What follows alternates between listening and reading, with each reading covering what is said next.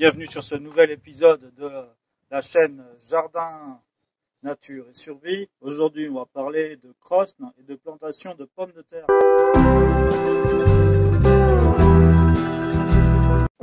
Vous pouvez planter les mimosas, c'est une plante qui fleurit vraiment au début de printemps. Puis le lilas des Indes, là c'est la période de taille, on peut encore en planter. C'est très joli dans le sud de la France. Alors le lilas des Indes, l'Agestromia Red Rocket une fois planté, et le mimosa.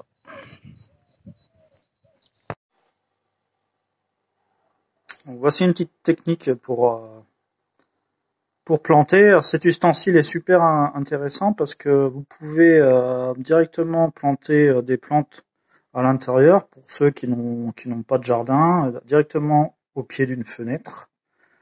Et vous plantez un mélange de salade, en fait vos restes de salade, de graines. Et ensuite vous les mangez en mesclin, tout simplement. Alors il y a un système automatique d'irrigation, donc vous n'êtes pas obligé d'arroser, ça dure pendant 15 jours quoi. Donc il n'y a rien à faire. Et ensuite vous récoltez le mesclin et vous le mangez tout simplement.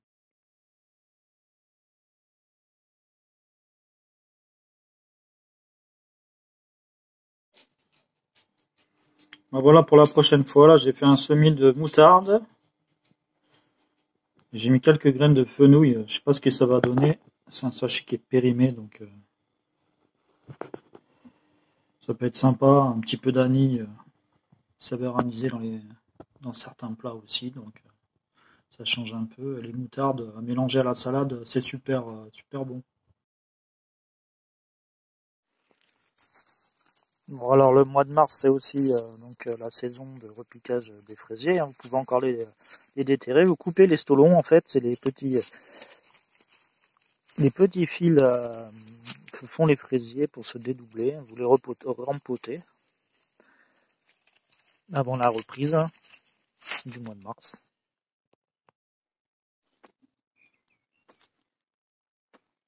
Voilà, une fois repiqué, faut juste arroser.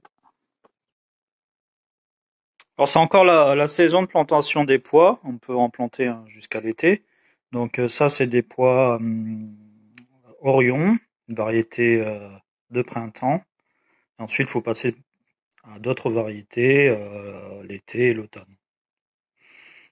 Donc là j'ai réhydraté les pois et je vais les planter par poquet de 2.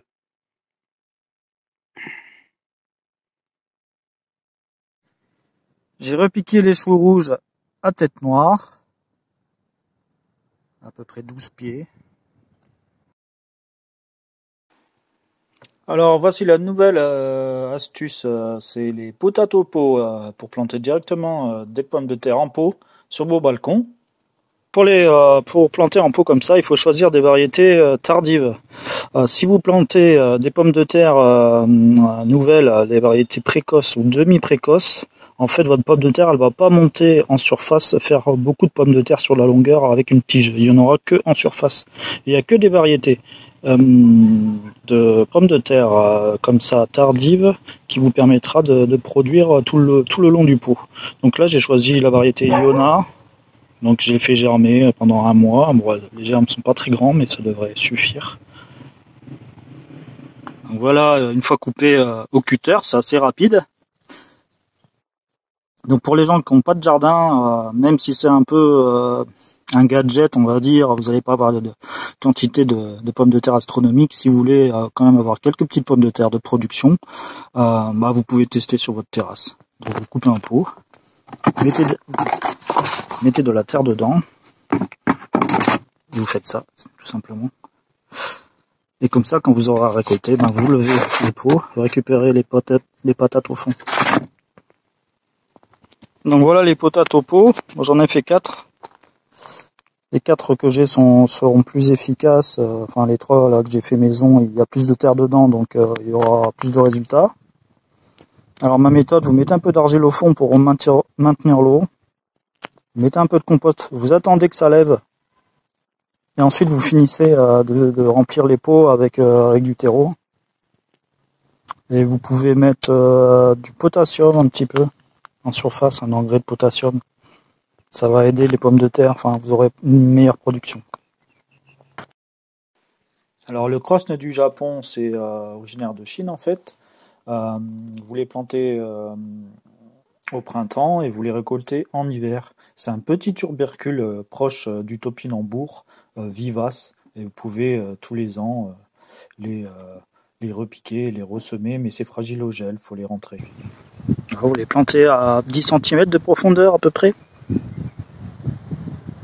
Voilà, ça fait des sortes de petits tubercules comme ça, c'est rigolo. On dirait un petit ver amazonien.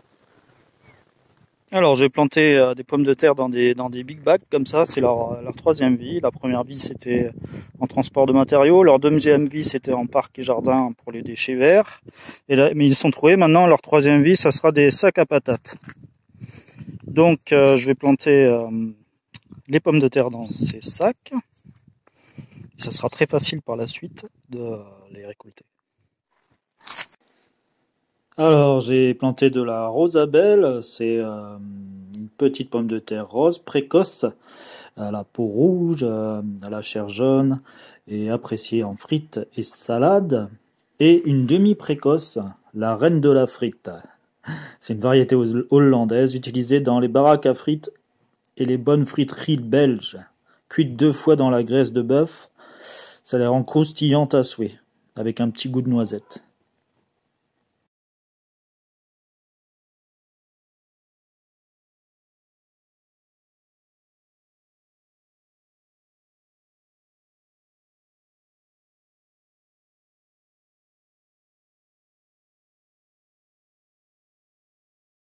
Merci de m'avoir suivi jusqu'au bout. La prochaine fois, on parlera de plantation d'ail, d'oignons et d'échalotes. Et on parlera de cuisine de saison avec une petite recette. Pour ceux que ça intéresse, n'hésitez pas à vous abonner en cliquant sous cette vidéo. Abonnez-vous. Merci, à bientôt.